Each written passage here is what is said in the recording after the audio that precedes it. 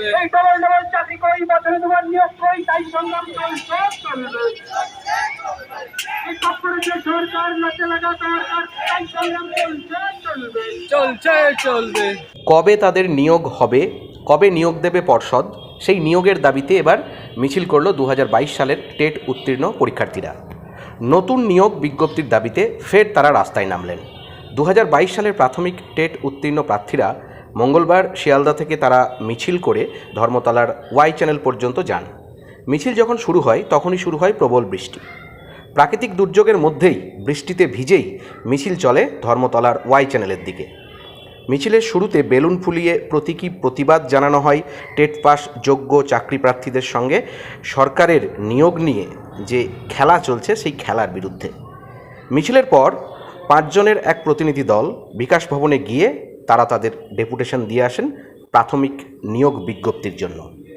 এ প্রসঙ্গে একটা বিষয় জানিয়ে রাখা দরকার যে 2023 সালের 10ই ফেব্রুয়ারি 2022 প্রাথমিক টেটের ফল প্রকাশ করেছিল West Bengal board of primary education বা পশ্চিমবঙ্গ প্রাথমিক শিক্ষা পর্ষদ।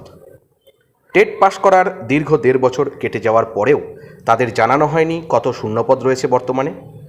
চাকরিপ্রার্থী বিদেশ গাজী ও পার্থজিৎ এরা জানান যে লোকসভা ভোটের পর বিভিন্ন সভা থেকে মুখ্যমন্ত্রী ঘোষণা করেছেন যে ওনার হাতে প্রায় 10 লক্ষ শূন্যপদ রয়েছে, যেমনটা আমরা বিভিন্ন সংবাদ মাধ্যম সূত্রে জেনেছি।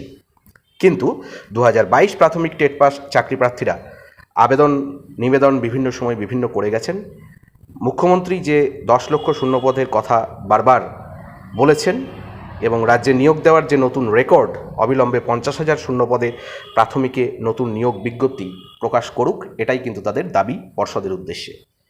এই মিছিলে অংশ নেওয়া চাকরিপ্রার্থী আন্দোলনের নেতা ইন্দ্রজিৎ ঘোষ তিনি বলেন যে মুখ্যমন্ত্রী যখন বলেছেন তার হাতে 10 লক্ষ চাকরি রয়েছে, তাহলে দিচ্ছেন না কেন? রাজ্যের লক্ষ লক্ষ শিক্ষিত বেকার কাজ না পেয়ে অসহায় হয়ে রয়েছেন। কেউ কেউ ডেলিভারি বয়ের কাজ করছেন, কেউ কেউ ওলা উবের গাড়ি চালিয়ে পেট চালাচ্ছেন, কেউ কেউ গ্রামেগঞ্জে টোটো চালাচ্ছেন, কেউ কেউ ভিন রাজ্যে গিয়ে শ্রমিকের কাজ করছেন। মুখ্যমন্ত্রী যখন 10 লক্ষ চাকরির কথা শোনাচ্ছেন, তাতে কি আবারও দুর্নীতি বড় আকার নেবে? এ প্রশ্ন উঠছে সরকারি মহলের এক অংশ থেকে। চাকরির স্বার্থে যে কোনো অংশের মানুষের আন্দোলনে আমরা রয়েছি। এছাড়াও মিছিলে নেতৃত্ব দেন বিজয় ঘোড়াই, মৌসুমী সরকার প্রমুখরা। 2022 প্রাথমিক টেট পাস পরীক্ষার্থীদের পক্ষ থেকে অদিতি কর্মকার, মোহিত করাতি প্রমুখরা উপস্থিত ছিলেন। আমরা চাইব যত দ্রুত সম্ভব পশ্চিমবঙ্গ প্রাথমিক শিক্ষা যে বোর্ড, সেই বোর্ডের তরফ থেকে অবিলম্বে যথাবিহিত যে শূন্যপদ রয়েছে তার প্রেক্ষিতে একটা নতুন নিয়োগের বিজ্ঞপ্তি প্রকাশ করুক, যাতে এই সমস্যার আশু সমাধান হোক।